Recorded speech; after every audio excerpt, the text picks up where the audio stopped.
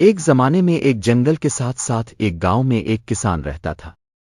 اس کے پاس ایک بڑا باغ تھا جس میں سیب کا ایک پرانا درخت اور دوسرے پودے درخت اور خوبصورت پھول تھے۔ جب کسان ایک چھوٹا لڑکا تھا، اس نے اپنا زیادہ وقت سیب کے درخت سے کھیلتے ہوئے گزارا۔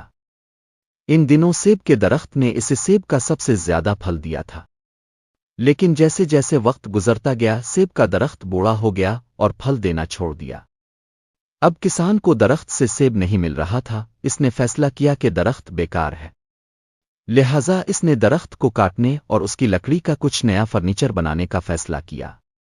اس نے سوچا کہ درخت بہت پرانا اور بہت بڑا ہے، لہذا اس کا علاج کرنے کی ضرورت نہیں ہے اور یہ بہت بڑا فرنیچر بنائے گا۔ وہ بھول گیا تھا کہ لڑکے کی طرح اس نے اپنا پورا بچپن درخت پر چڑھنے اور اس کے سیب کھا کر گزارا تھا۔ سیب کے درخت میں کئی چھوٹے چھوٹے جانوروں کا گھر تھا۔ اس میں گلہری چڑیا اور پرندوں اور کیڑے بہت زیادہ رہتے تھے۔ جب کسان اپنی کلہاڑی لے کر درخت کو کاٹنے لگا تو تمام چھوٹے جانور نیچے بھاگتے ہوئے آئے۔ ان سب نے کسان سے التجا کرنا شروع کر دی۔ وہ کسان کے چاروں طرف جمع ہوئے اور کہا، درخت نہ کاٹیں۔ جب اب چھوٹے تھے تو ہم آپ کے ساتھ کھیلتے تھے اس درخت کے نیچے۔ یہ ہمارا گھر ہے اور ہمارے پاس جانے کے لیے کوئی اور جگہ نہیں ہے۔ کسان نے ایک نہ سنی۔ اس نے اپنی کلہاڑی اٹھائی۔ گلہری نے پکارا، میرے گھونسلے کو کاٹ کر تباہ نہ کریں۔ چھوٹے پرندوں نے پکارا، ٹڈی نے پکارا، سیب کے درخت کو نہ کاٹیں۔ کسان اپنے بچپن اور اپنے جانوروں کو بھول گیا تھا۔ کسان درخت کو کاٹنے لگا۔ تمام چھوٹے جانور مایوس ہو گئے اور جانور کسی بھی قیمت پر سیب کے درخت کی حفاظت کرنا چاہتے تھے۔ چھوٹے جانوروں نے کہا، جب آپ کھیتوں میں محنت کر رہے ہوں گے تو ہم آپ کے لیے گائیں گے۔ ہم آپ کے چھوٹے لڑکے کی دیکھ بھال کریں گے۔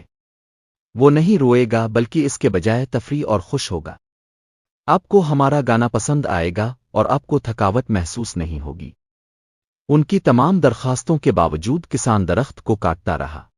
اچانک اس نے کچھ چمکدار دیکھا۔ اس کا معائنہ کرنے پر اسے احساس ہوا کہ یہ شہد سے بھری ہوئی مکھی ہے۔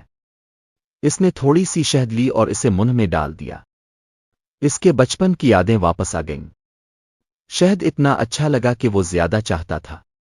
اس نے اسے خوشی کا احساس دلا دیا۔ اس نے مسکرا کر کہا، اس کا ذائقہ حیرت انگیز ہے۔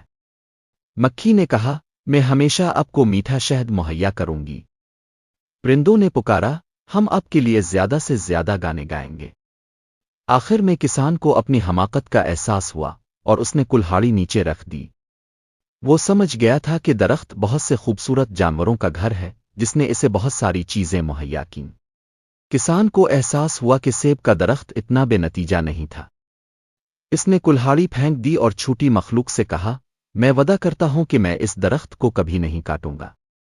مجھے اپنی غلطی کا احساس ہوا ہے اور اب سکون اور ہم آہنگی سے زندگی گزار سکتے ہیں۔ چھوٹی مخلوق نے مکھی کا بھرپور شکریہ ادا کیا۔ اگر کسان کو مکھی کی شہد نہ ملتی تو اب تک تمام جانور بے گھر ہو جاتے۔